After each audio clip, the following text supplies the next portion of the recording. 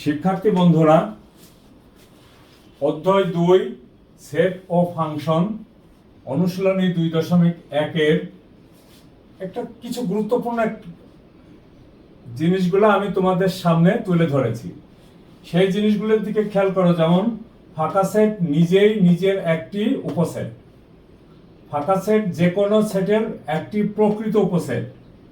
কোনো সেটের উপাদান সংখ্যা n হলে তার উপসেটের সংখ্যা হবে 2 টু দি পাওয়ার n। যেমন উপাদান সংখ্যা 3, উপসেটের সংখ্যা হবে কত? 2 টু দি পাওয়ার 3 সমান হলো কত? 8। আচ্ছা, উপাদান সংখ্যা 3, উপাদান সংখ্যা যদি মনে করো 4 হয়, তার উপসেটের সংখ্যা হবে 2 টু দি পাওয়ার 4। ক্লিয়ার? আচ্ছা, এবং প্রকৃত উপসেটের সংখ্যা হলো 2 to the power n minus 1। Set গঠন পদ্ধতিতে A union B is equal to x, যেন x বিলংস A অথবা x বিলংস B। গুরুত্বপূর্ণ জায়গা বন্ধুরা, খেয়াল করো। ইউনিয়ন থাকলে অথবা, আবার যদি ইন্টারসেকশন থাকে x বিলংস A এবং x বিলংস B। লক্ষণীয় জায়গা, ইন্টারসেকশন থাকলে এবং, ইউনিয়ন থাকলে অথবা। সেটের কোনো উপাদান একাধিক হলে বা পুনরাবৃত্তি ঘটলে সেটের কোনো পরিবর্তন হয় না। যেমন দেখো 2 2 একাধিক, 3 5 7 7।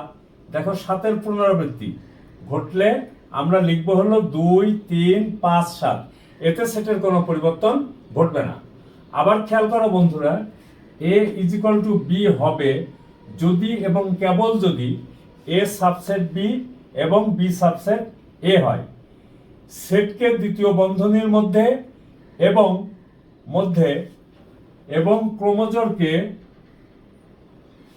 ক্রোমোজোরকে প্রথম বন্ধনীর মধ্যে লেখা হয়। ক্লিয়ার? সেটকে দ্বিতীয় বন্ধনী, ক্রোমোজোরকে প্রথম বন্ধনীর মধ্যে লেখা হয়। সেটের দ্বিতীয় বন্ধনীর মধ্যে উপাদানগুলি আগে পরে লিখলে সেটের কোনো পরিবর্তন হয় না।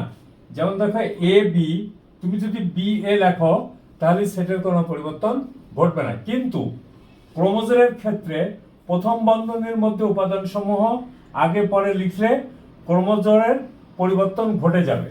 তার মানে তুমি ফার্স্ট হয়েছো, রহিম সেকেন্ড হয়েছে, তাহলে আমরা ক্রোমোজোমে লিখবো আগে কার নাম?